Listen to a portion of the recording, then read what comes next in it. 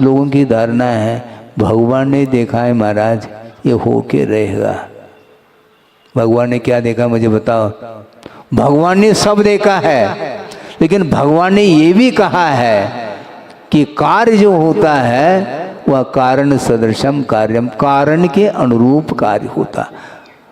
आपके परिणाम के अनुरूप कर्म का बंध होगा, न कि उनके जानने से बंध होगा। उन्होंने क्या नहीं जाना, सब कुछ जान लिया है, किंतु आपके परिणाम के ऊपर ही कर्म सिद्धांत टिका हुआ है, ये उन्होंने ही कहा है।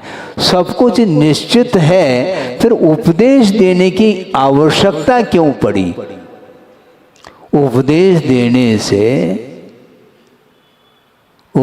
देने से बहुत कुछ टल जाता है। पुरुषार्थ के माध्यम से हमें पूछना चाहते हैं, गाड़ी आप चलाते हैं, कार आप चलाते हैं और फुल स्पीड से कार चल रही है आपके द्वारा, एक्सीडेंट हो गया, भगवान ने देखा था इसलिए हो गया। सुन रहे क्या? नहीं, नींद तो नहीं आ रही। भगवान ने देखा इसलिए एक्सीडेंट हो गया क्या? नहीं। यदि भगवान ने देखा है इसलिए एक्सीडेंट हुआ है तो बिना ब्रेक की गाड़ी खरीदो। ब्रेक की क्या आवश्यकता है? ब्रेक लगाने की क्या आवश्यकता है? एक्सीडेंट होना था, हो गया, क्योंकि भगवान ने देखा था। हमारा इसमें कोई अपराध नहीं, हमारा कोई दोष है ही नहीं। गलत बात है? ये न्याय नहीं है, अन्याय माना जाएगा। किसी ने चोरी कर ली और पुलिस ने पकड़ ली इसको, और क्या बोल रहा है वो? कर्म के उदय में चोरी हुई है, भगवान ने देखा था इसलिए चोरी हो गई। तो भगवान ने ये भी तो देखा था, पुलिस कहता है पकड़ इसे, हैं? इसमें क्यों नहीं? ये न्याय सर्वत्र होना चाहिए ना। भगवान ने देखा है इसलिए हुआ है, तो अपराध कोई वस्तु ही नहीं। कौन अपराधी है, कौन निरपराध है, इसके बारे में क्या है, व्यवस्था क्या है? ऐसा नहीं, स्वयं ही करता है, किंतु इस प्रकार धारणा बनाता चला जाता है, उसकी धारणा बनती चली जाती, ये ठीक नहीं है। इस प्रकार कहोगे तो भगवान की वाणी को भी असत्य ठहरने के लिए खड़ा हो सकता है व्यक्ति। ये कैसे महाराज? मान लो हाथ में मुट्ठी में चने हैं, भगवान को पूछ लो भगवान इसकी अगली पर्याय कौन सी है? भगवान को पूछ रहा है। भगवान बहुत सावधान है, ये ध्यान रखो, वो उत्तर नहीं देंगे। क्यों? वो उत्तर देंगे ठीक उसका विपरीत आप कार्य कर लोगे, ये भी वो जान रहे हैं। इस चने की अगली पर्याय कौन सी है? भगवान वो मान लो कह देते हैं ये अगली पर्याय इसकी अंकुरित होने की है, तो उसने पीस डाला, तो भगवान की वाणी असत्य हो गई। तो ऐसे थोड़ी, बल्कि उन चनों में अनंत योग्यता है। जैसे आप उसके लिए कारण उपस्थित करेंगे, उसी के अनुरूप उसका परिणमन होना है। परिणमन स्वतंत्र है, किंतु निमित्त के ऊपर निर्धारित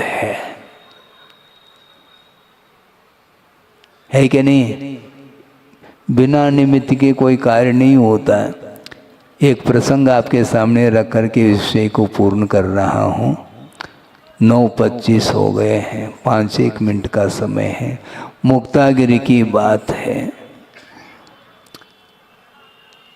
वैसे मुक्तागिरी में 2-3 चातुर्मास हुए गुरुदेव के। उस समय एक विद्वान आए उनके पास और उन्होंने अपनी जिज्ञासा रखी कि महाराज आपकी धारणा क्या है, किस विषय में, निमित्त के विषय में। तो गुरुदेव ने कहा मैं अपनी धारणा बाद में बताऊं, तुम अपनी धारणा बना लो, बताओ। महाराज निमित्त कुछ नहीं कर सकता। तो गुरुदेव ने कोई उत्तर नहीं दिया। क्यों महाराज, उत्तर क्यों नहीं दे रहे हैं? मैं आपके प्रश्न का उत्तर दे सकता हूं, आप क्यों नहीं दे सकते महाराज? यही तो निमित्त है। तुम निमित्त को स्वीकार भी नहीं करना चाहो और प्रश्न भी करते चले जा रहे हैं और उत्तर चाह रहे हैं आप। तो आपके प्रश्न का उत्तर देने में मैं निमित्त हूं क्या? नहीं महाराज, बात समझ में आ गई है। बिना सोच विचार किए बोलते चले जाते हैं, ऐसा नहीं है। प्रत्येक द्रव्य का जो परिणमन है वो उपादान की दृष्टि से स्वतः परिणमशील है, किंतु बिना निमित्त के उसका परिणमन संभव नहीं। इसलिए ये कहा था अभी, जो सूक्ष्म वर्गनाएं, कर्म वर्गनाएं, वो कर्म के रूप में तब परिणत हो सकती हैं जब जीव के रागादिक भावों का निमित्त मिल जाता है। तो यदि हम रागादिक भाव नहीं करेंगे, तीन काल में भी वो वर्गनाएं कर्म के रूप में परिणत नहीं हो सकती है। इसलिए पुरुषार्थ करिएगा, अपने परिणाम जो मलिन होते चले जा रहे हैं, जो कालुष परिणामों को धोने का पुरुषार्थ करेंगे तो निश्चित रूप से नए सिरे से जो कर्म का बंध या आसव हो रहा था उसमें कमी आ सकती है। कषाय बहुत भयानक रूप ले लेता है, तीव्रता जिसको बोलते हैं। प्रथमाण युग पढ़ा आपने? जिनने पढ़ा, जिन्हें ज्ञात है उनके लिए नहीं, जिनको ज्ञात नहीं उनके सामने विषय रख रहा हूं। श्रेणिक का उदाहरण की क्रूरता दूर हो गई और परिक्रमा दे करके बैठ गए। किसके चरणों में? यशोधर मुनि महाराज के चरणों में। इसके उपरांत भी अभी भी संतोष नहीं और एक सर्प को मार करके यशोधर मुनि महाराज के गले में डाल देता है और जा करके बोल दिया अपने रानी को, चलना रानी। तो वो सुन करके बहुत विह्वल हो गई, वो दौड़ती दौड़ती आ गई। वो श्रेणी कह रहा है वहाँ पर नहीं मिलेंगे वो बाबा, भाग गए होंगे, वो नहीं भाग सकते, वह श्रमण है, वह श्रमण ने श्रमण शिरोमणि है, वो भाग नहीं सकते। जाकर के देखा तो भयानक उपसर्ग हुआ है, गले में सर्प डाल दिया गया है और चींटियाँ लगी हुई हैं। और इसके उपरांत भी आंख खोल करके देखा नहीं किसने उपसर्ग किया। और दोनों आ गए, श्रेणिक भी और रानी चेलना भी, दोनों आए हैं, खड़े हुए हैं। और चेलना ने बड़े दया के साथ, करुणा के साथ,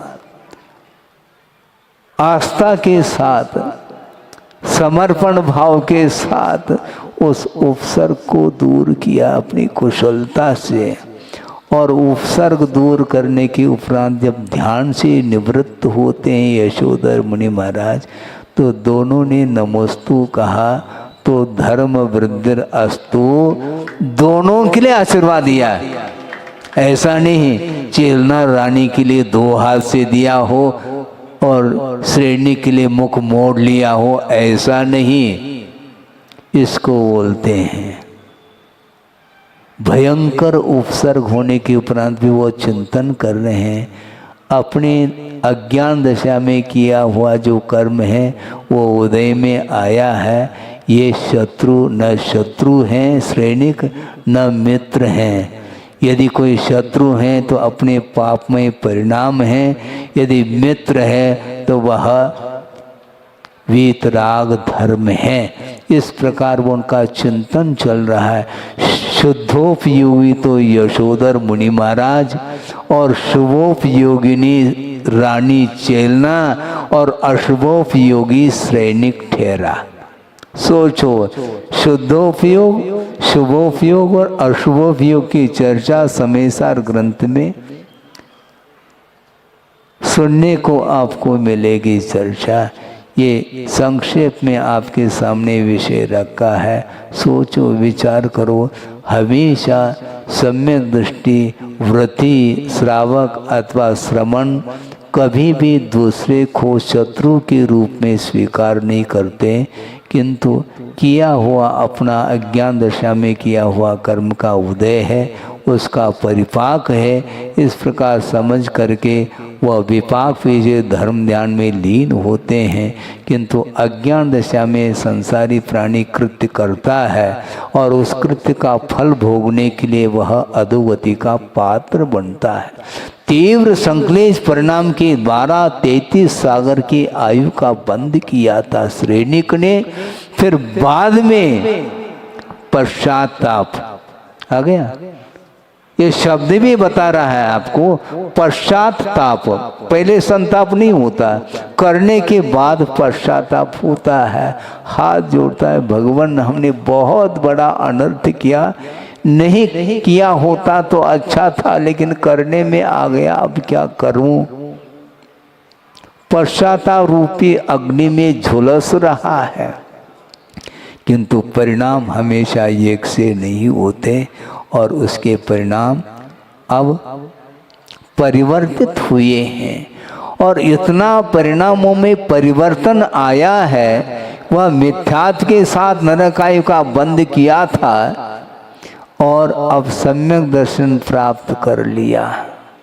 और सम्यक दर्शन के साथ साथ वो सम्यक दर्शन को क्षायिक भी बना लिया तीर्थंकर के पाद मूल में। और तीर्थंकर प्रकृति का बंद भी किया उसने, ये ध्यान रखो। महाराज ये क्या हो रहा है? वो कुछ नहीं रहा, परिणाम के द्वारा ऐसा ही होता है। 33 सागर की आयु को जिसने बांधा था, बाद में सम्यक दर्शन के फल स्वरूप और उसको क्षय के रूप में परिवर्तित करने के फल स्वरूप वह 33 सागर की आयु अपकर्षण हो जाता है। वो घटती घटती घटती आयु कहाँ तक रह जाती है? 84,000 वर्ष मात्र रह जाता है। पहले नरक में, पृथ्वी में वह गया है। ये अपनी आलोचना, अपनी निंदा, अपनी गर्हा करने से इतना लाभ हो जाता है। तो इसका अर्थ ये थोड़ी है महाराज हम पहला कर लेंगे अहित दूसरे का, फिर हम भी सैनिक जैसे हाथ जोड़ लेंगे। ध्यान रखो, जानबूझ करके मत करो, पहले से अलर्ट रहो, जिसके कारण बाद में पश्चाताप न करना पड़े।